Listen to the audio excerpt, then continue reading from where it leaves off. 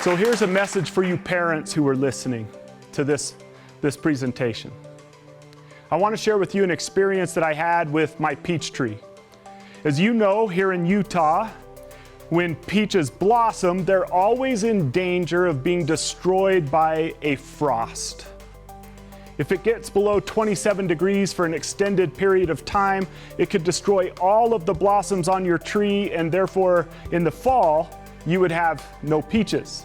So one night, we found out that it was going to be 27 degrees for an extended period of time, and it would most likely destroy all of the blossoms on our peach trees.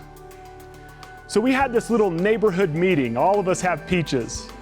And one neighbor had read on a blog that if you would mist the trees with water, the water would form this insulating protective layer of ice around the blossom, and therefore the blossom wouldn't drop below 27 degrees, and it could save the blossom from being destroyed by the frost.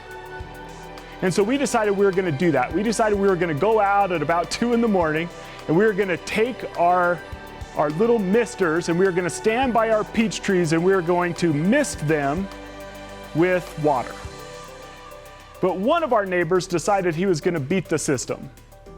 He decided he was going to take a hose, run it from the back hose bib of his house, put a sprinkler at the base of the tree, and have it just shoot up all over his tree. So all he would have to do while we were outside in the cold misting our trees was go outside of the back of his house and turn on a sprinkler. But here's the problem.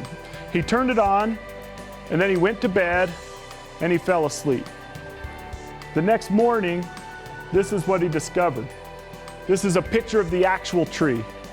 You can see down here, the weight of the ice got all over the branches to the point that it broke every branch except for that main trunk going up the middle.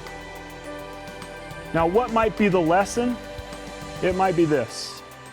Sometimes the insulation is more damaging than the frost. Now, sometimes you parents and coaches, those who love these athletes, you want to insulate them from losing. You want to insulate them from feeling the effects of getting cut from a team or things like that. And the way we do that is we blame, oh, that was the ref's fault. Don't worry about it. You would have won. Why doesn't your stupid coach play you? In school, we say things like, nah, you wouldn't be getting this bad grade. It's the teacher's fault. It's always the teacher's fault.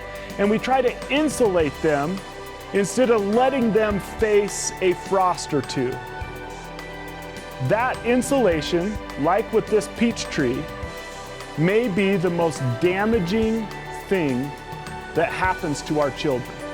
The insulation could be, when it's excessive, way more damaging than the frosts that they will face. So let them face a loss without excuse, without blaming someone.